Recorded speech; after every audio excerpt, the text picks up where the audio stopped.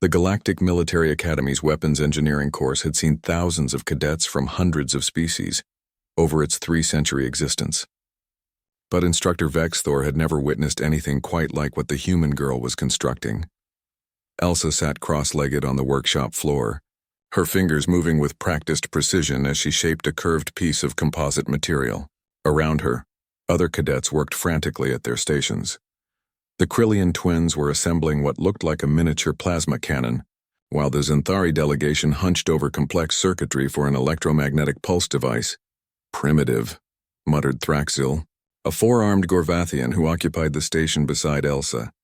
His mandibles clicked with amusement. "The human makes... what, a stick?" Elsa didn't look up. Her hands continued their methodical work, binding synthetic fibers into a tight string. "It's called a bow." "A bow?" Thraxil's translator struggled with the ancient Earth term. "This is a military academy, human. We build weapons of war, not museum pieces." Instructor Vexthor's drone hummed overhead, its multiple optical sensors recording every cadet's progress. The insectoid professor's voice crackled through the workshop speakers. "Cadet Elsa, you have 30 minutes remaining. Your project appears incomplete." "It'll be ready, sir," Elsa replied, testing the tension of her bowstring. Across the vast workshop, Jixen caught her eye and grinned. The other human in their class was knee-deep in what appeared to be a chemical propulsion system, something combustion-based that had their instructor both fascinated and nervous. Humans, Vexthor had learned, had an unsettling fondness for controlled explosions. "Attention, cadets," Vexthor announced, his drone descending to the center of the room. "You have been given this assignment to demonstrate practical application of weapons theory. Each of you will now present your creation. Functionality will be tested. Creativity will be assessed. Lethality will be measured." The Krillians went first, their plasma cannon successfully melting through a reinforced target plate. Applause rippled through the room. The Xanthari's EMP device fried an entire bank of test electronics. More applause, then came Thraxil's turn. His weapon was a masterpiece of modern engineering, a graviton disruptor that could theoretically tear apart molecular bonds. It hummed to life, charged with exotic particles, and fizzled. The power cell had been installed incorrectly. "Disappointing," Vexthor buzzed. "Next, Cadet Elsa." Elsa stood, her bow in one hand and a quiver of arrows slung across her back. The arrows were handcrafted too, straight shafts with aerodynamic fletching and wickedly sharp points she'd fabricated from workshop scrap metal.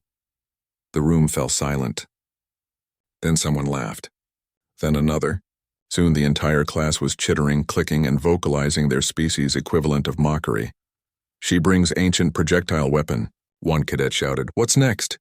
"Rocks and sticks," another added. Vexthor's drone rotated, its sensors focusing on Elsa. "Cadet, please explain your design philosophy." Elsa knocked an arrow, her stance shifting into something primal and purposeful. "My design philosophy is simple, Instructor. Weapons don't need to be complicated, they need to work." "Demonstrate," Vexthor commanded, gesturing toward the target range at the far end of the workshop.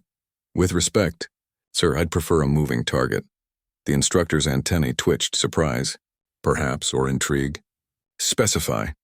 Elsa looked up at the drone hovering 15 meters above them. "Your observation drone, may I?" The workshop erupted in gasps and murmurs. Shooting an instructor's equipment was unprecedented. It bordered on insubordination. Vexthor's species didn't have eyebrows to raise, but his drone bobbed in what might have been the equivalent.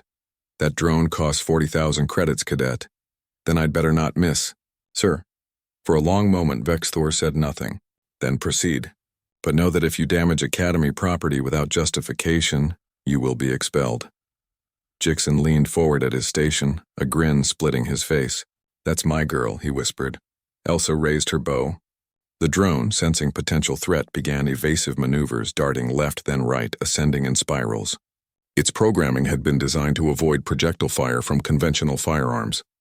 It calculated trajectories in microseconds, adjusted for wind resistance and gravitational pull, but it had never encountered a human archer. Elsa didn't track the drone's current position. She watched its pattern, felt the rhythm of its movement. Her grandmother had taught her to hunt in the forests of New Montana Colony, patient, instinctive, connected. Technology could be hacked, jammed, disabled, But skill? Skill was eternal. She drew the string back to her cheek, her breathing steady. The workshop held its collective breath. Then she released. The arrow flew in a graceful arc, silent and swift. The drone juked left, directly into the arrow's path. The projectile punched through its primary optical sensor, spiraled through its anti-grav stabilizer, and embedded itself in the workshop's foam ceiling. The drone dropped like a stone. Vexthor caught it with a gravitational field mere centimeters from the floor. Silence blanketed the room, then Jixon started clapping, slowly at first, then with genuine enthusiasm. One by one, other cadets joined, even Thraxel, his 4 hands creating a thunderous applause. Vexthor examined his damaged drone, then looked at Elsa with what might have been respect. "Explain your success, cadet." "The drone's evasion algorithms are sophisticated," Elsa said, lowering her bow. "But they're predictable. They assume incoming fire will be energy-based or ballistic rounds with specific velocities. A bow operates outside those parameters. And," she paused, choosing her words carefully, "it requires no power source, produces no electronic signature, and can't be jammed or traced. In an era where every weapon leaves a digital footprint, sometimes the oldest technology is the most invisible." The instructor's antennae quivered. "You intentionally chose obsolescence as an advantage." "I chose reliability, sir, and unpredictability." Vexthor's translator emitted something that might have been a laugh. "Cadet Elsa, your weapon is impractical, outdated, and violates 16 standards of modern warfare doctrine." He paused. "It is also brilliant. Full marks." As Elsa returned to her station, Jixon approached, still grinning. "You know everyone's going to want to learn how to shoot now, right?" She smirked. "Good, let them try. It only took me 10 years to get that shot." "Humanity," Jixon said, shaking his head in wonder. "We bring bows to gunfights and somehow still win." "Not somehow," Elsa corrected, running her fingers along the bow's curve. "We remember that before we reached for the stars, we learned to reach for the sky. And that's a lesson the galaxy forgot." Above them, Vexthor's backup drone recorded everything, already uploading the incident to the Academy's tactical database. Within hours, military theorists across 12 systems would debate the implications. But Elsa didn't care about that.